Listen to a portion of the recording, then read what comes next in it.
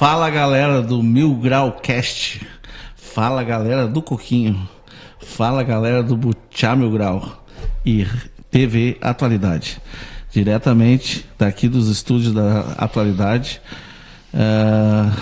Tô aqui com meu amigo Jair, conhecido como Felipe ou Lipe Fitzes. Isso aí. O músico internacionalmente desconhecido. Fala aí, Lipe. Conta pra nós aí, dá uma boa noite pra galera e conta pra nós aí quem é o nosso convidado. Boa noite, galerinha. Nosso convidado de hoje, olha só, foi professor, vereador, prefeito, diretor-geral da Secretaria de Justiça e Segurança do Estado, credo, diretor do Detran e diretor da FEPS, do setor de saúde, de pesquisa e tal. Ele é o nada mais nada menos que Marcelo Espinosa. Meu querido Marcelo Espinosa, professor Marcelo Espinosa. É uma honra ter o senhor aqui com nós aqui. Quando eu fiz o convite, achei, não, o Marcelo não vai querer. Ele aceitou na hora. Muito obrigado por estar aí presente com o Mil Grau aí. Isso aí é mais, para nós do Mil Grau, é mais como é que eu vou dizer, Lipe? Mais uma etapa que a gente, mais um degrau que a gente subiu, mais uma conquista tendo o senhor aqui com nós. Muito obrigado. Mas eu que fico honrado, Marcelo, de estar aqui com vocês. Aceitei o convite e me sinto muito bem e espero que a gente faça um bom programa com muita informação e muita alegria nessa noite. Para nós do Mil Grau, a alegria é o principal aqui que o pessoal pede. Professor, na verdade, quando eu vi o senhor, eu me lembrei do Beto, que foi o primeiro participante aqui, e ele disse assim, cara, tem um cara aqui no Butiá, que o Beto faz 3 anos que voltou para cá, e ele disse que é o professor Marcelo. Eu queria tanto ver ele de novo, foi meu professor, eu adoro ele. Ele disse, cara, eu conheço o Marcelo faz tempo, eu conheço como conhecer, assim, amigo do Marcelo, eu não sou, mas eu sempre fui fã do senhor desde quando o senhor foi prefeito. E aí depois teve uma eleição em 2012 que eu voltei, aí eu já era adulto, já tinha um contato, tive contato com o senhor, fiquei mais fã do senhor. Eu digo, não, eu vou aproveitar a oportunidade. O não eu já tenho, né? Eu digo, não eu já tenho. E a gente começa assim, o podcast sempre sabendo assim, ó, o senhor natural de Butiá, sempre nasceu aqui. Como é que foi a parte da... Na realidade eu sou natural de Arroio dos Ratos. Que nem eu nasci, fui botado pra fora lá e vim pra cá.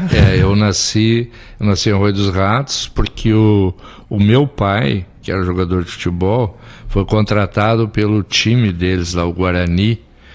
O seu pai foi jogador profissional? Foi. Capaz. E ele foi contratado e aí morou um ano, e a minha mãe foi grávida pra lá. E eu nasci Guarani da onde? De Arroio dos Ratos. Tinha um time de Guarani, não sabia desse time. Tinha 3 times, né? Mas eu nasci no intervalo de uma partida de futebol. Que show! O campo era na frente do Hospital Sarmento Leite. E a minha mãe conta, e o meu pai, né? Que foi o dia que o meu pai jogou mais mal na vida dele. E toda hora os caras informavam, não nasceu ainda, vai firme, joga e tal. E disse que daí deu o intervalo, era um dia assim meio chuvoso, ele entrou de botina, calção, todo embarreado para ver o filho, era o primeiro filho, né? Sim. Um casal jovem. Então eu nasci em Arroio dos Ratos, mas vim... Com 6 ou 7 meses, terminou o contrato lá, e aí ele...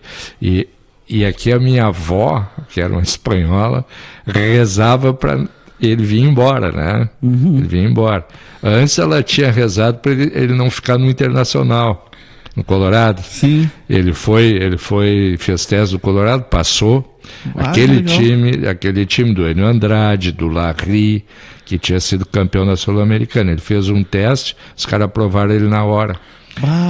E aí ele disse, o cara disse, olha, tu tá feito, guri, nós só vamos botar tu no teu peso, mas tu tá aqui, já vamos te dar um emprego, assim naquele tempo. Jogava em que posição? O pai era meia esquerda, a 10. Era atacante. E aí ele disse, mas eu preciso... Eu sempre conto essa história porque ela é interessante. Aí ele disse, mas eu trouxe o dinheiro para comprar as meias que o meu time lá vai disputar uma final no time lá de Butiá. E aí disse que o técnico era o TT, famoso TT do Colorado. Disse: qual é, guri? Tu tá com a vida feita, tu não vai pra lá jogar pelada e te machucar. Puta, o cara era boca santa. Ele jogou aqui, era contra o Grêmio de São Jerônimo, o Jeromina, que chamava. E quando ele foi dar o chute, o cara pisou no garrão dele e quebrou o peito do pé. Bah, O Inter curou ele, mas condenou pro futebol. Ele jogou mais 10 ou 12 anos ainda, e teve, sendo que o Santa Cruz quis ele, o Cruzeiro veio jogar aqui, queria levar todo, mas ele encerrou e não quis mais. Bah, por isso que eu nasci nos Ratos. que história bacana. E aí vim pro Butiá aqui morar atrás da igreja de Santa Bárbara. Eu me criei ali. Depois, com 6 anos, como tinha que estudar, o pai, viemos morar aqui onde hoje é a Óticas Carol, ali na Leandro de Almeida, e ficava perto do grupo escolar Mauá, né? Daí eu fiz ali a minha vida, com 12 anos, que foi a época que, vocês nem conhecem isso, mas a gente fazia uma seleção para entrar no ginásio. E aí eu fiz a prova lá, passei, e meu pai se muda de volta para Vila Nova. E aí, que era de noite o ginásio, aqui onde é o Mauá, foi onde começou o Alcides Conta. Tá, ninguém sabe, né? Ali era o Mauá. Foi onde eu comecei. Eu acho que... Bom, eu cheguei ali na primeira série, e era tão novo ainda esse colégio que era a SENEC, Companhia Nacional de Educandários Gratuitos, que foi conseguida pelo Butiá, os vereadores da época, que era de São Jerônimo e tal, conseguiram. E isso veio a ser... era uma escola gratuita mesmo, não pagava nada, né? E aí, só que com 15 anos eu me fui embora. Fiz um concurso no Senai, em São Leopoldo, uma tia minha me levou. E você já tinha terminado o 2º grau? Não. Eu estava na 3ª série ginasial. E aí, era outro sistema, né? Que era 4 anos de ginásio e depois 3 anos de 2º grau. Aí eu passei no Senai, primeiro lugar. Aí fui ser torneiro mecânico. Acabei sendo desenhista projetista de máquinas, né? Eu trabalhei acho que 8 meses como torneiro mecânico, fiquei com medo de perder o dedo que nem o Lula e aí parei.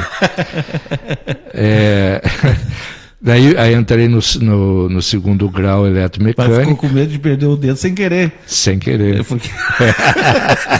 Não, sem querer, evidentemente.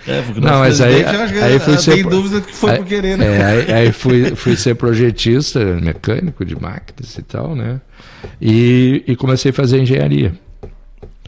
E aí, só para concluir, chegar a ser professor. Eu fui para... Eu estou lá fazendo minha engenharia, quase me formando, estava no 8º semestre, faltava mais 2. Surgiu um concurso com uma verba federal dos Estados Unidos. O cara era empregado, é o Premen, é o que está o polivalente hoje. A gente fazia o curso, fazia a faculdade na URGS durante 1 ano, de manhã, de tarde e de noite. A gente fazia 1.800 horas em 1 ano. Normalmente se leva 3 anos. E saía dali contratado, ganhando 10 salários mínimos. E eu já era assessor de diretoria quando eu fui fazer isso aí. Larguei tudo. Passei o meu carro que eu tinha para o Marcos. Só tu fica com o carro, quando eu me formar, eu quero de volta, né? Porque eu não podia sustentar uma bolsa de R$500, 500 cruzeiros. Não dava nada. Seria hoje 500, né? Porto Alegre. Nós comprávamos uma carteira de cigarro entre 10. Dava 2 para cada um. Dava 2 para cada um. E aí ia para Santa Vitória do Palmar. Fui designado para lá. A escola não saiu. Aí eu escolhi Cruz Alta. Aí, quando eu vou para já estou em Cruz Alta, mas não tinha começado ainda, veio um telegrama, 76. Vaga em Butiá. Eles estavam escolhendo gente de Butiá, porque não estava dando certo vir de outras cidades, os caras não queriam ficar. Pá, aceitei na hora, né? E me vim pro Poli. Vim pro Poli em 76, em 77 eu já assumi a vice-direção, e em maio de 77 eu já assumi a direção. E aí só foi, né? Isso era numa época que o Butiá, o carvão, era bastante... Não, Marcelo. Já tinha caído. Não, em 70 as minas fecharam.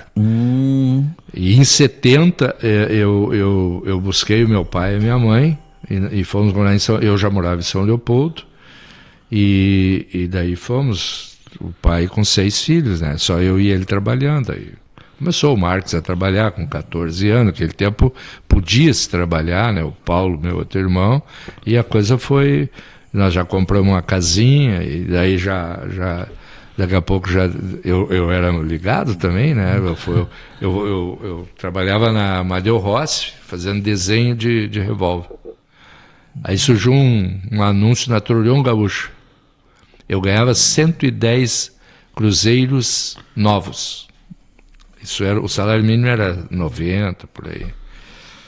Aí eu vou fazer um teste na Turulhão Gaúcha, que é perto da Petrobras, ali, da Masterferx, ali em Canoas. E eu peço 750. Era mais de 7 salário mínimo. E eu fichei. O primeiro mês eu não consegui gastar tudo. Que legal. Não consegui. Eu dei presente para minha mãe, e eu comprei roupa. Nunca tinha visto tanto dinheiro. Eu vinha da seca, né, tiazinha? Dos 15 anos até os 18, eu passei muito trabalho. E aí, mas eu baixei a cabeça, eu só queria trabalhar, estudar e sair daquela nhanha, né? E aí a pessoa foi para lá. Aí eu volto para Butiá em abril de 76, no dia 26 de abril de 76, eu entrei no Polivalente, saiu no Diário Oficial e tal. E eu comecei a dar aula aqui, e estou aqui até agora. E ficou quanto tempo ali no Polivalente? No Poli eu fiquei até... eu entrei em 76, eu fiquei até ganhar a eleição para prefeito. Mas antes de prefeito, o senhor foi vereador? Fui vereador, mas aí eu podia dar aula. Aí né? o senhor ainda continuava? Eu não ficava só no Poli, porque o prefeito, que era o falecido Ademir, me chamava. Eu fui secretário de Educação, eu fui secretário de Obras, eu fui fazendo... Onde tinha um pepino, eu ia lá para resolver, né? E quando é que o senhor sentiu assim, eu tenho uma veia política, eu tenho... Pois é, eu vou te dizer uma coisa. Eu era para não ser político, né?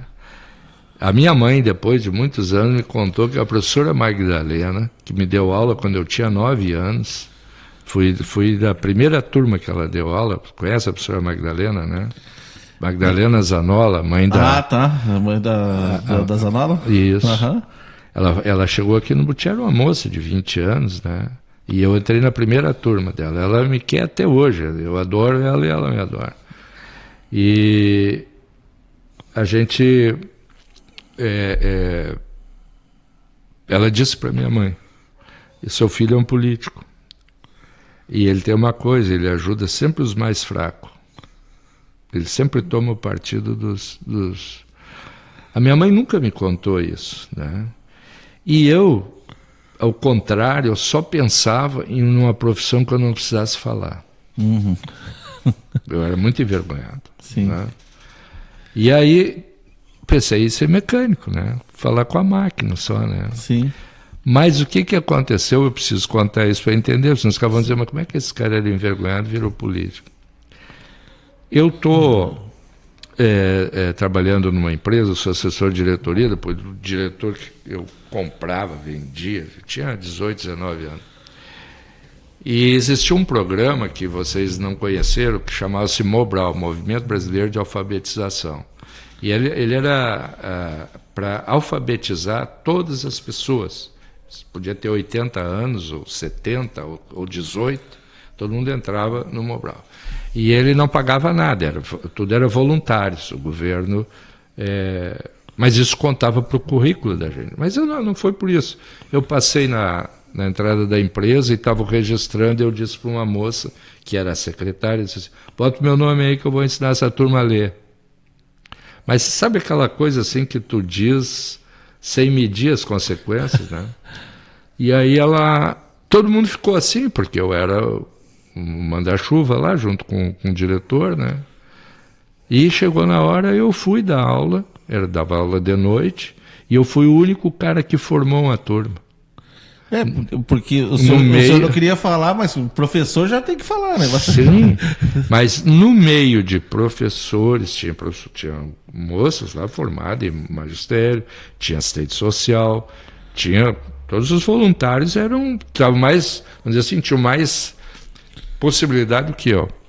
No dia da formatura, tinha formatura, eram os pais dos funcionários. Eu nunca me esqueço de uma velhinha que aprendeu a ler, que ela só queria aprender a ler para poder ler as receitas para ela fazer. Então é um negócio fantástico. E a secretária de Educação do município chegou perto de mim e disse assim, qual é a sua profissão? Aí eu disse, eu faço engenharia. E aí ela disse, olha, eu não sei se o senhor vai ser um bom engenheiro, mas o senhor é um professor. E eu acreditei. Que legal. Eu acreditei. Logo em seguida eu fiz o concurso esse do Premem, né? E aí passei, mas ainda sextroso, né? O que acontecia? Eu fazia tudo na aula, mas eu não falava. Então, por exemplo, apresentar um trabalho, eu fazia o trabalho, fazia tudo, mas tu que apresentava. Eu trazia o retroprojetor, eu distribuía as folhas, eu era o editor. Eu era um serviçal, eu era o peludo do circo, né? E nessas idas e vindas, né, de preparação da aula, eu arrumei a sala de aula e fui buscar um retroprojetor. Nunca me esqueço que era a Lei 4320, que era a antiga lei do magistério. E quando eu entrei na sala, a luz já estava meio apagada e a professora lá no fundo disse assim, pode começar, professor. Eram só alunos professores, né, que iam ser professor. Cara, me deu um pavor. Mas a luz estava meio apagada e eu comecei. Eu fiquei ensopadinho. A minha camisa dava para torcer de nervoso, de suor.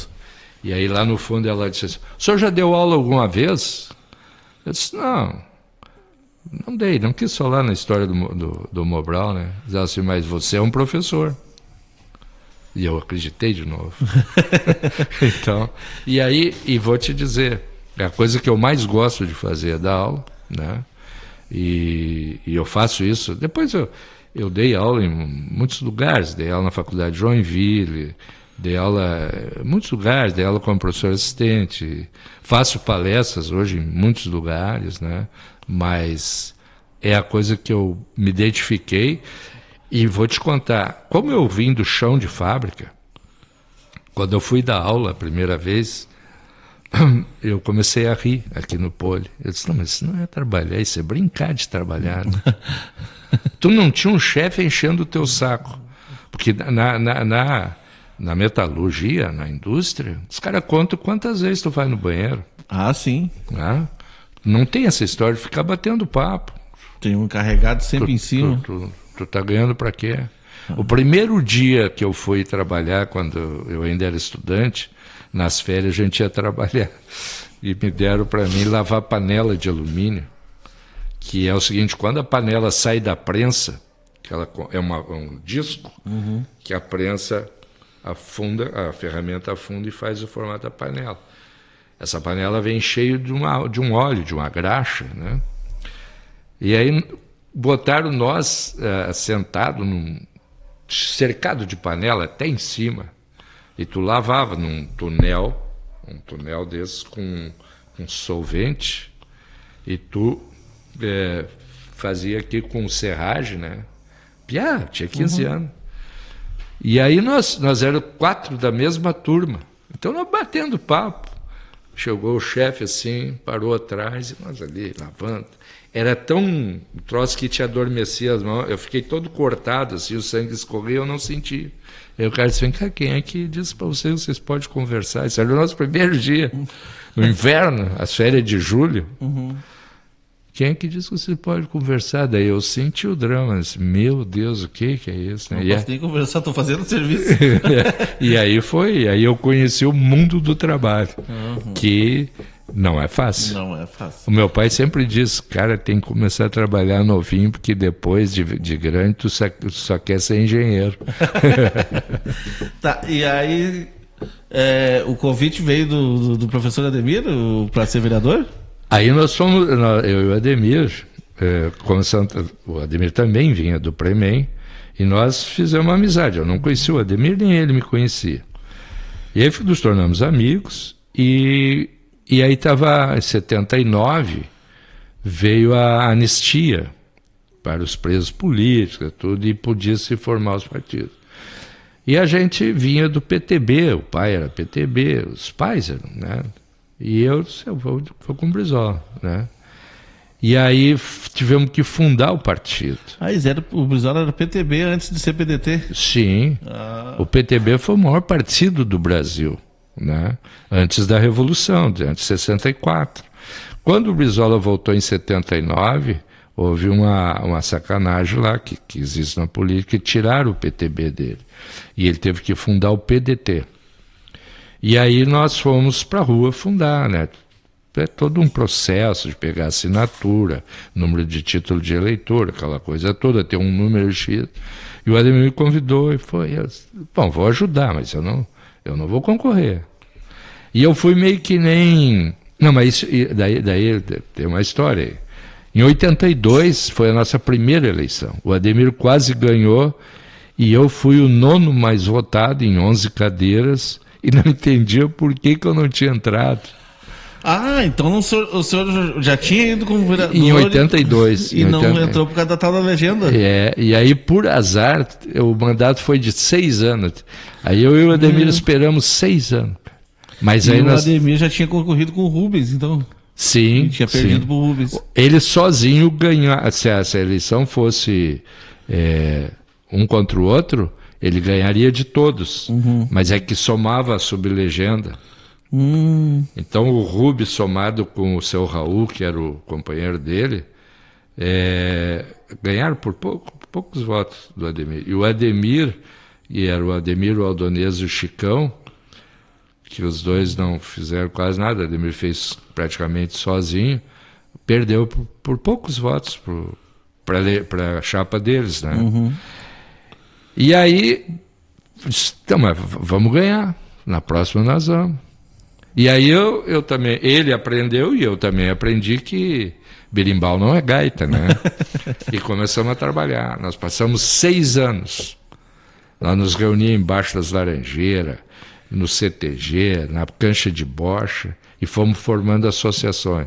Nós formamos 13 associações de moradores. Pode procurar que está o nosso nome nas atas de fundação. Aí quando veio a eleição foi umidade, nós ganhamos bem, assim, tranquilo. O Ademir tirou 1.000 e poucos votos do Tejeirinha. E aí fomos com tudo, né? Pô, tudo novo, né? Eu com 36 anos, 35 para 36. O Ademir com 40 anos, né? E fomos a milhão. Foi um baita governo aquele governo. Era uma espécie de primeiro-ministro, né? Porque eu tinha sido mais votado e tal. Então e o senhor entrou como vereador mais votado? Do PDT, sim. Aí, acho que 2 caras ganharam de mim. Acho que a Neuza, que já era vereadora antiga, sim, né? E tem outro, acho que ganhou também. Eu não me lembro agora. Mas eu sei que nós fizemos o governo aí. Não, tu vai ter que ser o candidato a prefeito. Eu não quero ser candidato a prefeito, eu quero ir para casa. O senhor chegou a ser presidente da Câmara ou não? Não, nunca quis. Nunca quis. Não quis pepino. Não. Aí fomos para segunda, para essa em 92. E aí, mas aí eu já era do PDT, eu já fazia parte do diretório estadual. E toda essa gente aí hoje que está Os caras até já estão saindo da política, eram meus amigos. Romildo Bozan. Romildo Bozan, nós começamos juntos.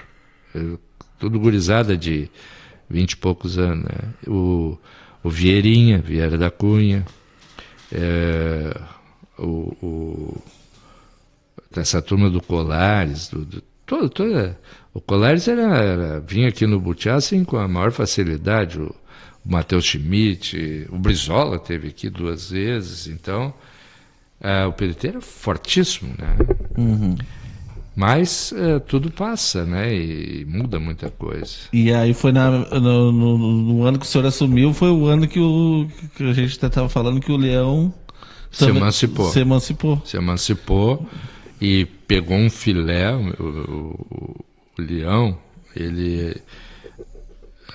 eu acho que o pessoal do Butiá achou que não ia conseguir, porque já tinha tentado e não tinha preenchido as condições, mas eles trabalharam na surdina e eles ficaram eles não tem recorte. O Leão é um quadrado,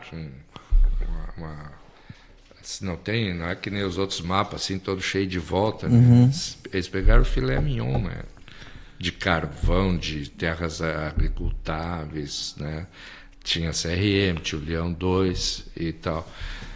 Aí isso o Butiá, que tinha 35 mil habitantes, baixou, né? Baixou e ali perdeu muito.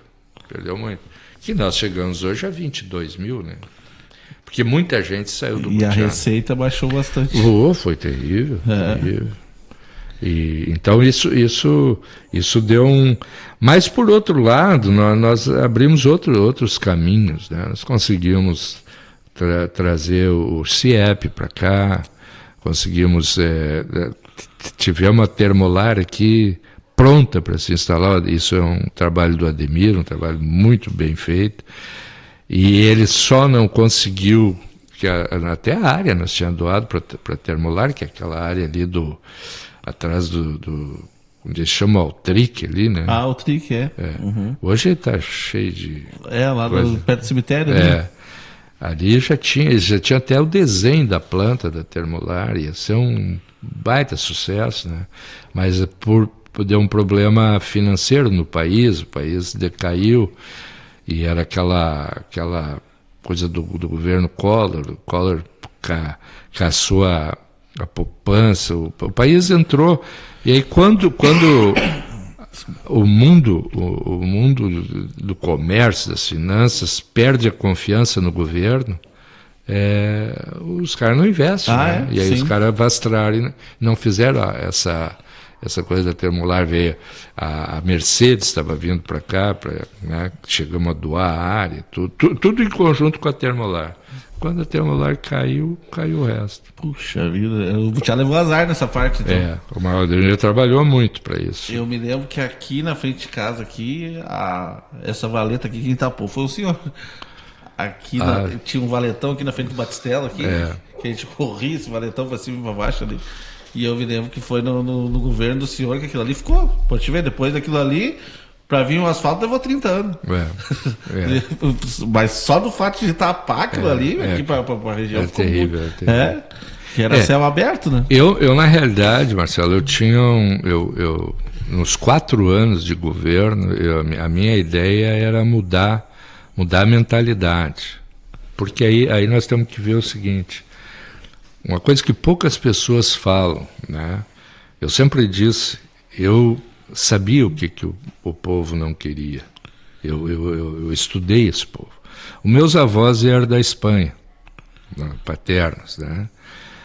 E como eles, a maioria que eram imigrantes, né? E existe uma questão muito séria que isso é comprovado sociologicamente. Todo imigrante, até a 3ª geração, ele tem um sentimento atávico nele, inconsciente, de voltar para o lugar de origem dele.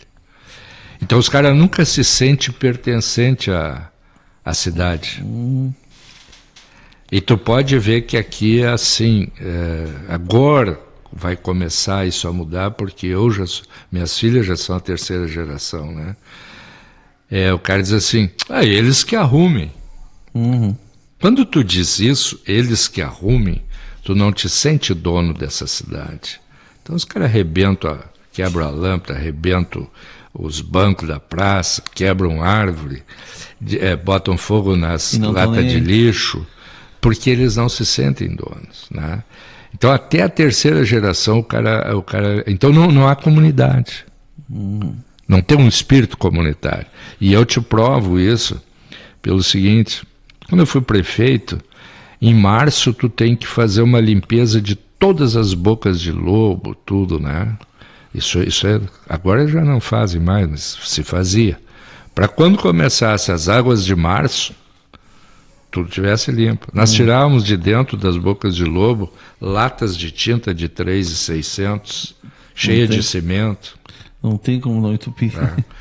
E aí eu me lembro, quando eu estudei em Santa Cruz, quando eu fiz uma graduação em Santa Cruz, antes de ser prefeito. Ficou de outubro a março sem chover. A maior seca que já teve. E veio um temporal, eu estava na faculdade, estava no segundo andar, onde hoje é o Oktoberfest. E veio um vendaval. E eu olhei assim, senhoras de 70 anos, 60,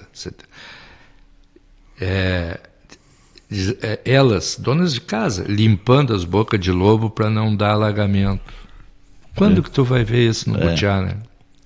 Nem os barbados não fazem isso, quanto mais as mulheres. Então, essa é a diferença de gente que tem um espírito comunitário, né? Aqui, por enquanto, ainda os outros, né? Que façam, a prefeitura que faz. Mas isso tem um motivo também, que não é só o de ser uma cidade de imigrantes. O modelo da nossa cidade é o modelo inglês. Se tu olhar qualquer filme, Geminal, todos esses filmes que se fazem, vocês vão encontrar as casas iguais às que tinha na Leandro de Almeida, que tinha Arroio dos Ratos, as casas geminadas. Vocês não conheceram, porque são muito jovens. É uma tripa que vai de ponta a ponta numa rua, aqui na Leandro de Almeida tinha isso, né, na Piratini. As casas são paredes e meia. A minha casa vem até aqui e a tua continua do outro lado da parede. É uma parede para duas casas. Né?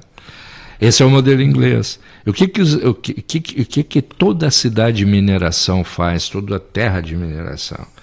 Os caras te dão a casa, a luz, a água, a cerca, a pintura, a comida, mas querem tu lá embaixo da mina.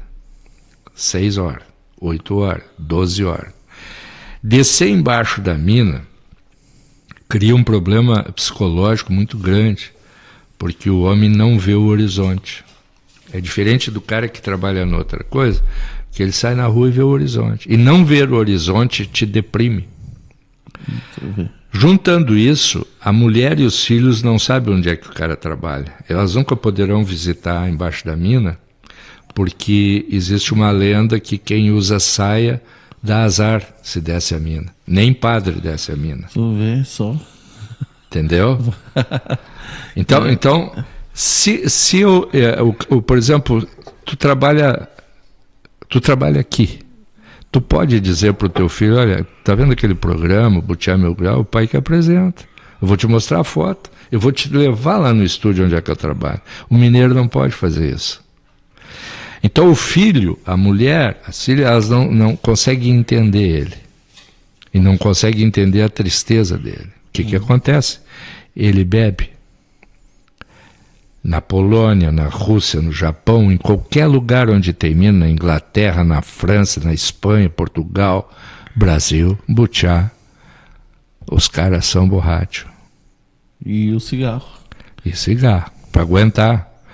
Eu já desci a mina, desci 120 metros, fiz um filme chamado Céu Negro, e em 1986. É para matar. Tu saber que tu desceu 120 metros e toda aquela terra está em cima de ti, que o ar que está lá é um ar artificial, que se alguém desligar alguma coisa tu morre em pouco tempo. tu precisa ser macho, né? Por isso que pagavam tão bem, né? Então, vendo tudo isso, se tu lê o livro A Mãe, do escritor Gorky, tu lê as primeiras 10, 12 partes, tu pensa que está no Butiá dos anos 50. Então, isso aqui é eu que vivi esse tempo, isso aqui vai ser a minha cidade, né? Tudo isto contribuiu para esse tipo. Uma vez me encontrei com o Antônio Brito, que foi governador, depois foi ministro, né? E ele me disse, Espinosa, a tua cidade, a tua região é o maior índice de alcoolismo, de gente encostada no salário, ou aposentado por alcoólatra, por alcoolismo, doentes, que são doentes, né? Então, tudo isso é que monta esse tipo de cidade. E a outra coisa que ninguém fala é o porquê que a cidade parou. Parou porque em 1941, os mineiros, isso em plena Guerra Mundial, Segunda Guerra Mundial, se tu trabalhasse na mina, tu era dispensado do serviço militar, era como se tu trabalhasse no serviço militar, se tu tivesse feito o serviço militar. Os mineiros e os ferroviários pensando o seguinte, agora é um bom momento, porque esse carvão ia para a Europa. Nós mandava carvão daqui de navio para a Europa. Quanto mais arrancasse carvão, mais os caras enriqueceram. Os caras resolveram fazer uma greve, acharam que era um bom momento para... Pô, tava a guerra, né? E perderam a greve. Perderam a greve. A companhia, que era a Copelm, naquele tempo não era Copelm, era a Cadem, estava com o Colégio das Irmãs ali, que era o hospital prontinho. Até os bisturi estavam comprados. Estavam lá, as caixas apodreceram. Eles estavam calçando tudo e pararam. Tinha Senai, escola, cinema. Nosso cinema, onde hoje é o Lebes, é um dos maiores do Brasil, 600 lugares. Eu ouvi falar do Cine-teatro, com palco, com coxia para os artistas, os camarim. Esse era o Butiá. O Butiá, ele era a van-première de filme nacional. Eu vi, quando era guri, com 8 anos, 9 anos, o Anquito, o Oscarito, Grande Otelo. Ali onde é a farmácia São João era um hotel. Eles ali hospedados e fazendo... para o filme que estava lançando, Pistoleiro Bossa Nova. Viu só. Então, Butiá fazia isso funcionar. Nessa parte da mina, agora me veio uma história do mineiro, que ele me falou lá na Bochoff, até já é falecido, ele disse que, na questão do salário, ele disse que em um mês de trabalhando debaixo da mina, que ele trabalhava bastante, em um mês ele comprou um Corcel. O Corcel era 73 e ele estava em 76. Alguma coisa assim. Ou era 66 e ele estava em... Eu sei que ele tinha 3... Ele disse, cara, hoje seria um carro com 3 anos de uso. E eu consegui tirar em um mês, para te ver o quanto a gente ganhava. Mas agora o senhor está mostrando o quanto perderam por causa disso. Né? Que não é... E existe... E a questão é a seguinte, além disso, tu tinha a casa... Nós não pagávamos luz nem água. A água era a hidráulica que chamava, né? Que era tudo feito pela companhia, com os funcionários da companhia, que é onde hoje é a Corsã, né? A usina, que hoje é ali onde eles botaram um negócio do mineiro, ali para homenagear o mineiro, e onde é o clube hoje, ali era a usina. Ela produzia energia elétrica para toda a cidade, com carvão. Não tinha CE, não tinha vindo de outro lugar a luz. A luz era própria nossa. Então, eu me lembro, assim, os caras... Caiu um portão na casa, vinha a carrocinha com os marceneiros, os caras arrumavam o portão. Pintava a tua casa. Era muito dinheiro, né? Era muita arrecadação. Então, eu só queria que tu trabalhasse, né? Então veio gente de tudo que é lugar do mundo. O seu Novak, que era o pai da professora Truda, uma vez ele me contou, muitos anos, que quando ele era rapaz, ele passeando nas rodovias da Europa, tinha os outdoors, né? Brasil, o Paraíba, o Eldorado, para o cara vir para cá, o negócio do carvão, né? Então tinha propaganda. E os caras vinham uns porque eram pobres, como meus avós, como muitos portugueses que vieram, italianos, franceses, austríacos, russos, né? Eu tenho um tio que era russo, casado com a minha tia espanhola, que era irmã do meu pai. O cara era um mestre em caldeira, né? E ele é um dos caras que movimentava a caldeira essa tinha um chaminé que vocês não conheceram, que apitava as horas, desde as 5 horas da manhã, igual um navio, assim, De hora em hora. de meia hora. Vê só. Então é uma outra cidade que vocês não conheceram, meus filhos não conheceram. A gente ouve falar muito. Né?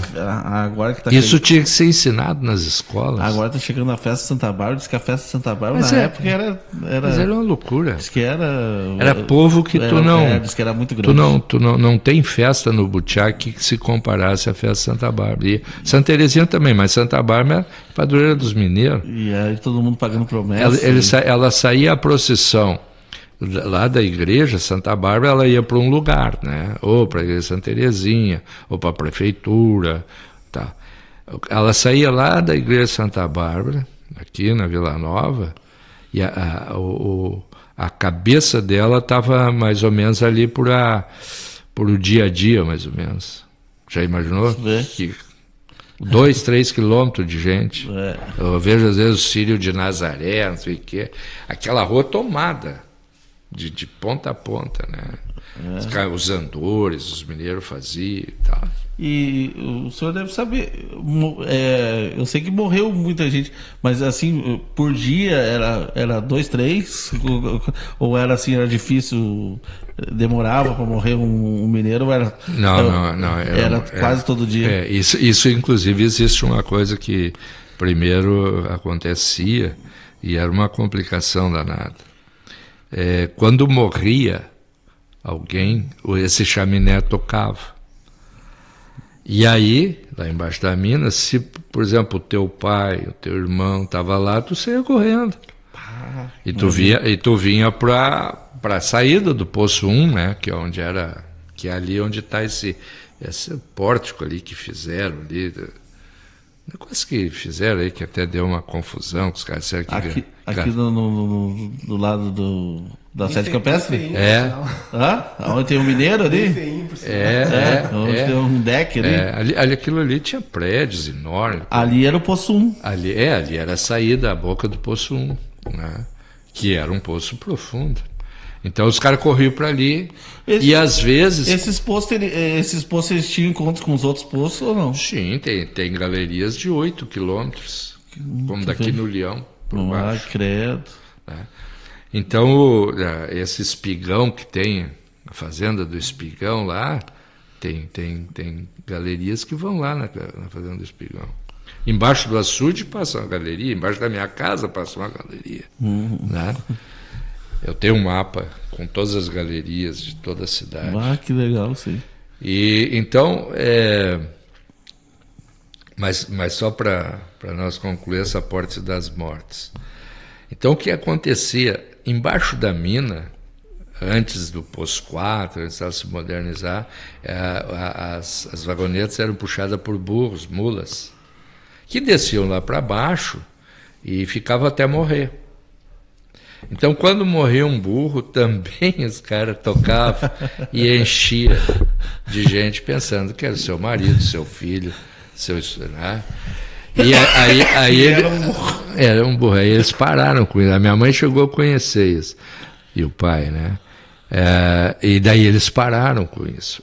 Mas o maior... existe muita gente, pegou fogo, né? Que tem... Miguel Roland, por exemplo.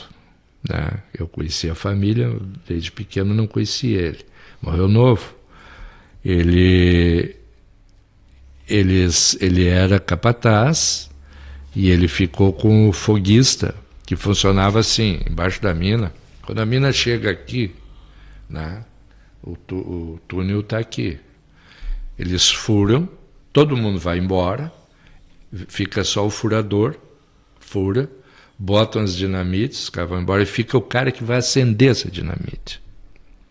E o capataz. E os caras acenderam. Lá em cima, o cara que cuidava do elevador estava derretendo um piche para passar nos paus, para não apodrecer. O piche pegou, porque toda essa estrutura do elevador é de madeira. Pegou fogo, e o fogo veio de cima para baixo. Puxa. Explodiu, forma tipo de uma fumaça, de um talco. Te mata afogado. E esses 2 caras morreram. O meu pai conta que como se estivesse dormindo. Eles não foram queimados pelo fogo. Eles morreram asfixiados. Eles foram encontrados com a boca no cano de ar, nus. Se rasgaram a roupa toda de desespero, né?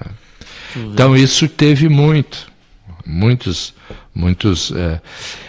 Mas o período de mais mortes é que ninguém fala, isso fica tudo no... Ninguém tem interesse, né? Foi no Poço 4. O Poço 4 foi o poço mais moderno, mais mecanizado. Era tudo com robôs, os loaders que eles chamavam, que eram tipo os Transformers. Era tudo... Só que o que acontecia? Os mineiros não sabiam operar.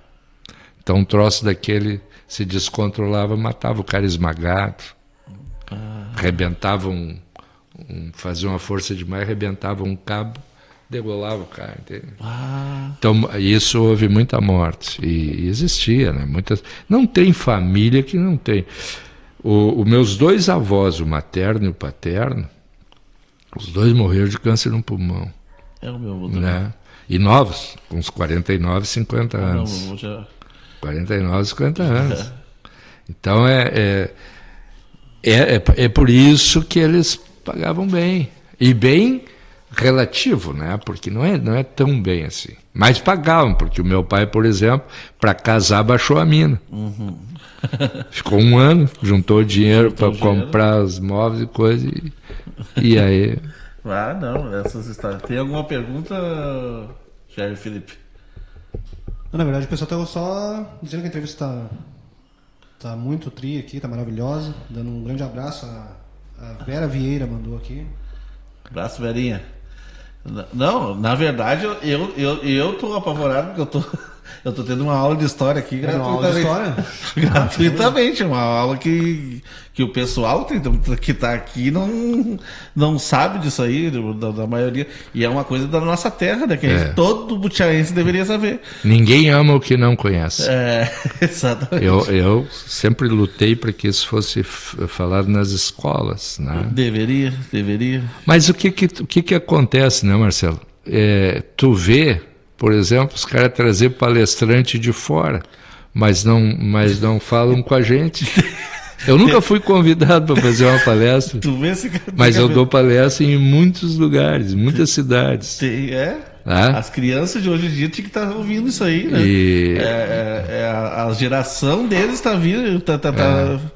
Não, por isso que eu vim, Marcelo, eu não fiz nenhum favor, eu vim aqui porque eu acho que isso é missão, né? É missão, as pessoas têm que conhecer. Porque eu tive a sorte de ter uma família que os caras... Meu pai sempre conversou muito, a minha mãe conversaram comigo, meus avós. E então a gente sempre conheceu e começou a entender. Tu quer ver uma coisa? Na minha família existia um choque cultural. O meu avô materno é dessa zona dos alemães, aqui do Bom Retiro, Lajeado, né? E o meu avô vem lá da Espanha. A região da Espanha que vem meu avô e minha avó, Andaluzia, é o Rio de Janeiro deles, né? Os caras ficam até 2 horas da manhã tocando violão nas ruas, crianças brincando, porque é um calor infernal na beira do Golfo Pérsico, né? Então ali é muito quente. Então os caras de noite ficam tocando violão, naquelas caixas, né? Batucada. As crianças correndo na rua, brincando, os caras tomando o vinhozinho deles, né? Então, isso eu me criei no meio desses 2 coisas completamente diferentes, né? Duas culturas diferentes. Né? A família do meu pai, os caras iam matar um porco, tá? Então ia para casa do meu tio, que tinha um puta de um pátio, e matava aquele porco lá com 200, 300 quilos, né? Todos os irmãos, os filhos, tá? E aí faziam todas morcilha, linguiça, comiam quase todo o porco no mesmo dia, e de noite tocava até embaixo do parreiral, né? Tocava, fazia um baile, né? É um outro tipo de gente. O meu avô materno quase morreu para matar o leitãozinho, fazia linguiça, torresmo e coisa, quase morto de cansado, terminou às 7 horas da noite e eu dormi. Entende? Então, olha, isso é um contraste muito grande, né? Não, e essa é uma aula de história. E o senhor, depois agora, voltando ali, uma coisa que eu achei interessante também, depois de prefeito, o senhor foi...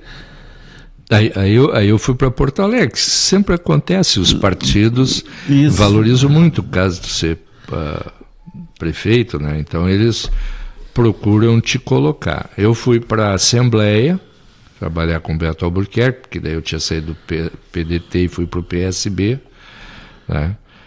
E eu fui trabalhar na Assembleia. Quando eu estava na Assembleia, em 98, veio a eleição para governador. E era do partido do PSB o José Paulo Bisol, um juiz e senador da República, do homem mais inteligente, que mais me ensinou na vida, o maior professor que eu já tive. E o Beto Albuquerque, que era o presidente do partido, um dia me liga e disse: Marcelo, tu pode vir a Porto Alegre? Eu digo: posso, se eu quero que tu venha, porque era um domingo, né? O Bisol vai ser candidato a senador na chapa do Olívio, que vai ser governador, e tu vai ser o coordenador da campanha do Bisol. Eu digo: meu Deus, né? Fui. E lá estava o Olívio me esperando, o Bisol, e sentava no apartamento do Bisol, né? E aí o Bisol, que nunca tinha me visto, nem eu tinha visto ele, só sabia da fama dele, né? Pensei até que eu estava sonhando. Aí ele olhou para mim assim, disse: me dá um cigarro. Aí eu dei um cigarro, a mulher dele já berrou: já vai fumar de novo e tal. O Olívio não fumava nem. Aí os caras trovando ele para ser o candidato, ele não tinha decidido ainda. Aí decidiu. Aí tá, vamos ser o coordenador da campanha. Eu, ele, um motorista e um carro. E saímos por esse Rio Grande. Fizemos 1.700.000 votos. Mas só que ele teve o azar que o Pedro Simão estava concorrendo. E era só uma vaga. O Pedro era forte. E era só uma vaga. Se tem 2 vagas, ele entrava ainda, né?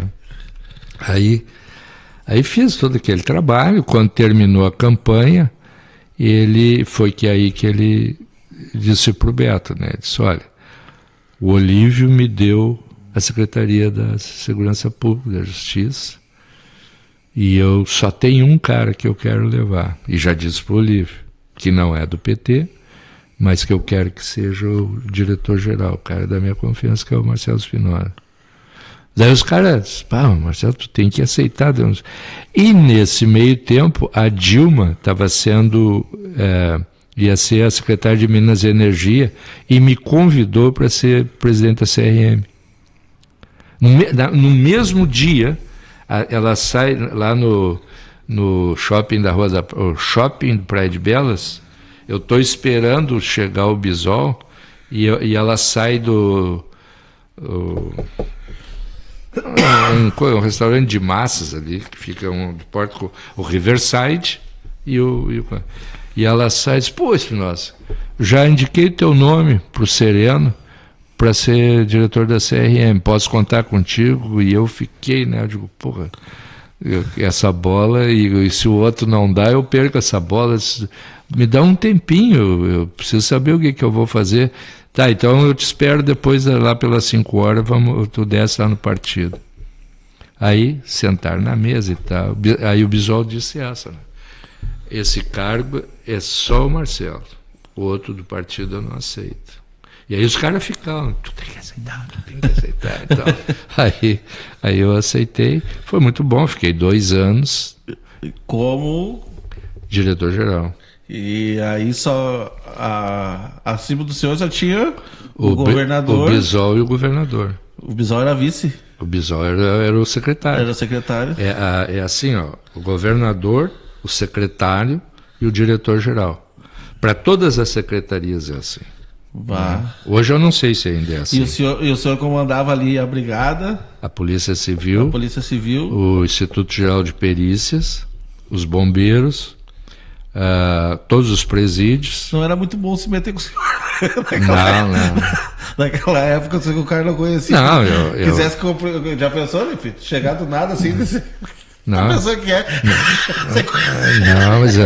Mas eu tinha segurança, eu tinha segurança 24 horas. Tinha que ter, né? Inclusive na minha casa.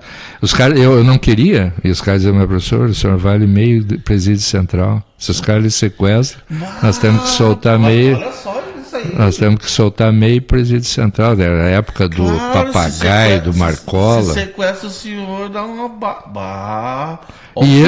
E eu vinha, mas muitas vezes eu vim de Porto Alegre, 11 horas, 1h da noite, passava naquele pedágio ali, daquele charqueado, aquela escuridão ali, né? E vinha para casa. Até um dia, quando fazia 1 ano, tinha a Operação Golfinho, que era coordenada por mim, né? E eu preparei um negócio.